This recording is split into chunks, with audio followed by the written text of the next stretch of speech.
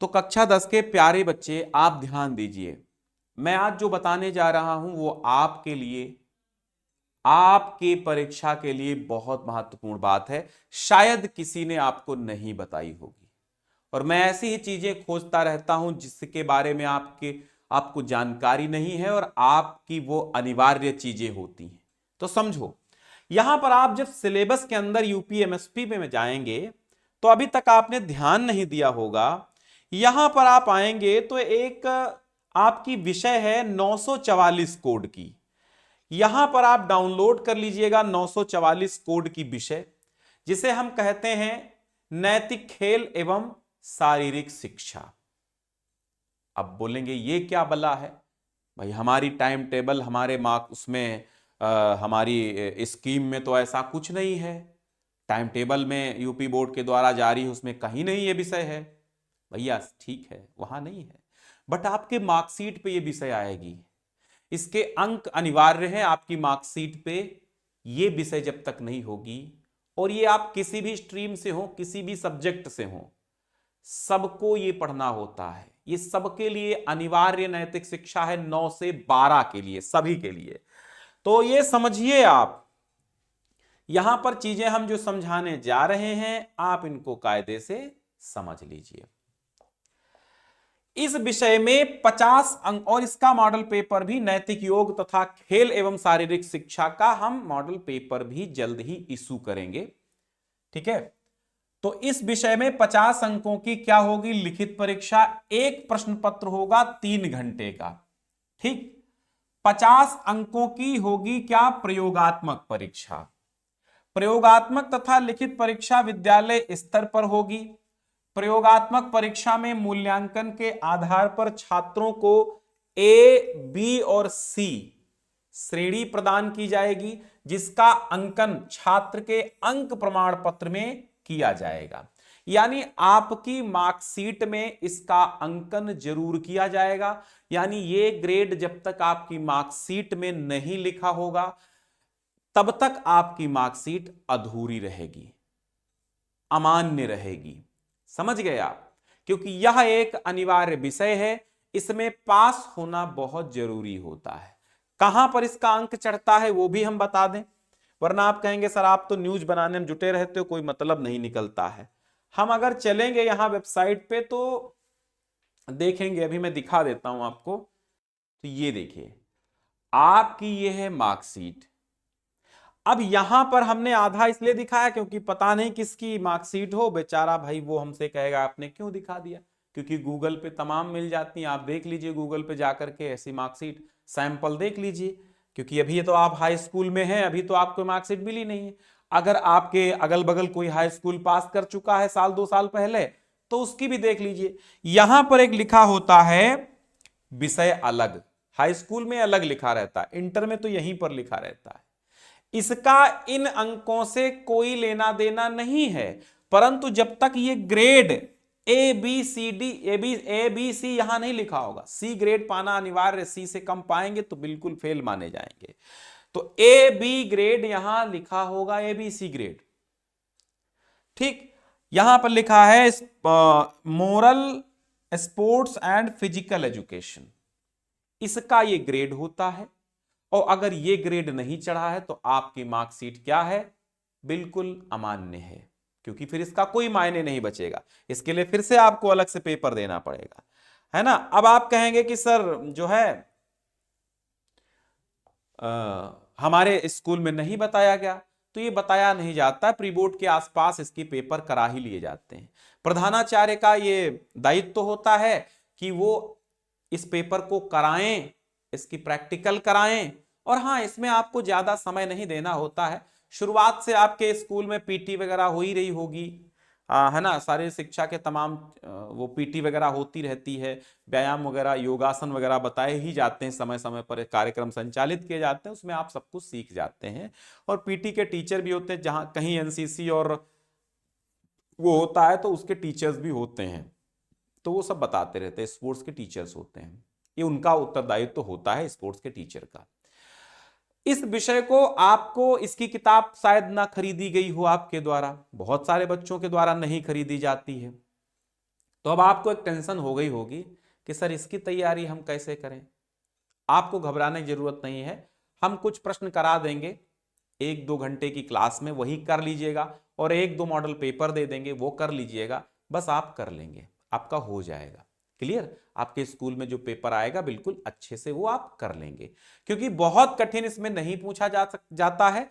Common सी बातें पूछी जाती हैं। स्वतंत्रता दिवस कब मनाया जाता है, लाल बहादुर शास्त्री की जयंती कब होती है, राष्ट्रीय खेल कौन सा है, हॉकी किम जादूगर किसे कहते हैं, है ना। इस तरह के सवाल पूछे जाते हैं जो एकदम सरल होते हैं, आप बिना पढ़े भी उनको कर सकते हैं, क्योंकि इतना कॉमन सेंस आप में होता है।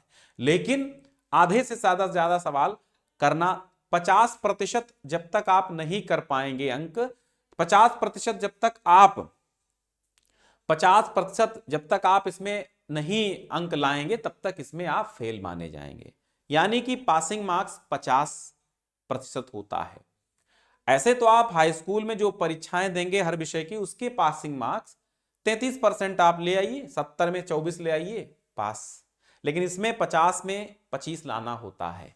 तो प्रैक्टिकल होगा और एक पेपर हो जाएगा, जिसके अंक यूपी बोर्ड के आयोग को आपके प्रधानाचार्य जी भेजते हैं, है ना। वो कैसे करके भी भेजें, उनको भेजना पड़ता है। अगर वो भेजेंगे नहीं ग्रेड, ये ग्रेड आपका नहीं जाएगा, तो भाई ये ग्रेड जब जाएगा नहीं तो ये मार्कशीट पे का छप के आएगा। तो जो ग्रेड आपके स्कूल के प्रधानाचार्य जी द्वारा भेजा जाता है, वही ग्रेड आपकी मार्कशीट पे छप के आता है इस विषय का। और ये अनिवार्य विषय है, इसका पेपर टाइम टेबल में नहीं होता है, बोर्ड का नहीं होता है, ये विद्यालय स्तर पे होता है। जैसे आपके प्री बोर्ड अर्धवार्षिक होते हैं, ये उसी तरह होता है। ठीक समझो। अब इसका उद्देश्य क्या होता है भाई, इसका उद्देश्य कराना क्यों है सरकार का या किसी विद्यालय का, बच्चों में सर्वांगीण विकास हो और नैतिक गुणों का उत्पन्न होना। क्योंकि नैतिकता तो अभी बहुत सारे बच्चे त्याग ही रहे हैं, है ना। छपरी यूट्यूबर्स को देख देख के नैतिकता तो त्याग रहे हैं। तो वो हो सकता है इन सब कार्यक्रमों से नैतिकता आप में आ जाए, क्योंकि भारत के भविष्य तो आप हैं, अगली पीढ़ी आप हैं, और आप अपना टाइम वेस्ट करेंगे, सही समय का इस्तेमाल नहीं करेंगे तो कैसे होगा। मैं अपनी बात बताता हूं, मेरे जीवन में मात्र 5 वर्षों में टेक्नोलॉजी का ऐसा विकास हुआ जो पिछले 25 वर्षों में देखने को नहीं मिला, पिछले 100 वर्षों में देखने को नहीं मिला। सन 2006-7 से लेकर के सन 2024 तक ऐसा विकास इन 10 वर्षों में हुआ। टेक्नोलॉजी कहां से कहां पहुंच गई मेरे सामने। मैं इंटर में था और अब मैं पढ़ा रहा हूं, तो इन 8-10 वर्षों में टेक्नोलॉजी उस ऊंचाई पर पहुंची है जिसका आप अंदाजा नहीं लगा सकते। ये क्यों हुआ? ये हुआ हमारी पीढ़ी की मेहनत की वजह से। ये हुआ हमारी पीढ़ी में नैतिकता, अनुशासन होने से। ये हुआ हमारी पीढ़ी के जज्बात से, लक्ष्य से, सपनों से। हमारी पीढ़ी ने जो सपने देखे हैं वो आपके सामने हैं। अब आपकी पीढ़ी से ज्यादा कर जाए तब आप हमसे आगे निकले। ठीक, तो क्यों हुआ? क्योंकि इस पीढ़ी ने वो टेक्नोलॉजी, वो साइंस रिसर्च की, वो चीजें बना डाली जो पिछली पीढ़ी ने नहीं बना पाई थी। पिछली पीढ़ी ने क्यों नहीं बना पाई, उसके भी बड़े कारण रहे होंगे। क्या पिछली पीढ़ी अकर्मण्य थी? ऐसा मैं नहीं बोलता। पिछली पीढ़ी बहुत मेहनती थी, परंतु उनके पास वो साधन नहीं थे। अब साधन हुए और इस पीढ़ी ने मेहनत की, तो ये पीढ़ी आपको कहां से कहां तक पहुंचा रही। ये जो मैं आपको सुना रहा हूं, पढ़ा रहा हूं, ये कहां से आया? ये हमारी पीढ़ी की देन है, ये हमारी पीढ़ी की देन है। अब आपकी पीढ़ी सही जगह पे जाए, इसीलिए ऐसे पेपर कराना अनिवार्य होता है। आप में नैतिकता हो, आप में शारीरिक स्वास्थ्य समझने की क्षमता हो, शरीर किससे बेकार होता है, किससे अच्छा होता है, आपके जीवन सुचारू सफल चले, तो ऐसे पेपर कराने होते हैं। खैर, तो यही इसका उद्देश्य होता पेपर कराने का, बालकों के वैयक्तिक, सामाजिक, शैक्षिक जीवन में नैतिक भावना का विकास करना। नैतिकता नहीं होगी तो समाज, समझिए समाज पशुओं का बन जाएगा। बालकों में स्वास्थ्य,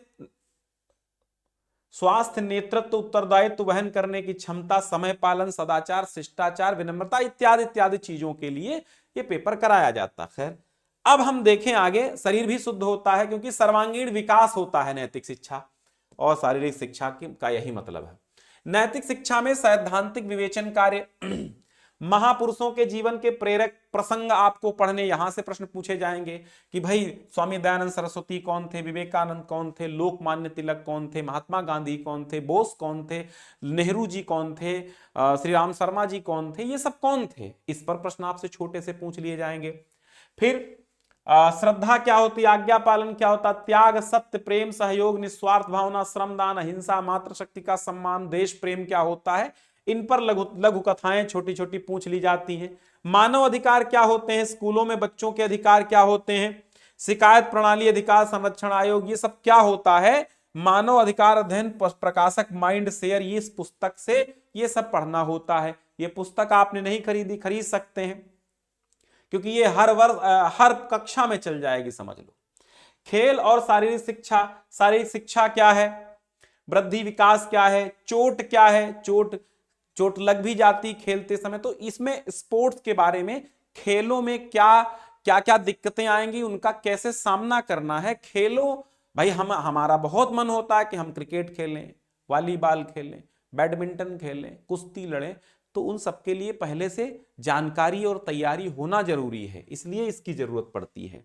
ठीक है, मांसपेशी तंत्र को समझना होता है, शिविर आयोजन, शारीरिक थकान, मानसिक तनाव, यातायात के नियम, इन सब से आधारित प्रश्न पूछे जाएंगे। फिर योग शिक्षा से प्रश्न पूछे जाएंगे, योग क्या होता है, अष्टांग योग क्या होता है, हठ योग, राजयोग, ज्ञान योग, कर्मयोग क्या होता है, अष्टांग योग क्या होता है, षटकर्म स्वास्थ्य क्या होता है, किशोरावस्था, संबंध, संवेदनाएं, दुष्प्रभाव, यौगिक निदान, है ना।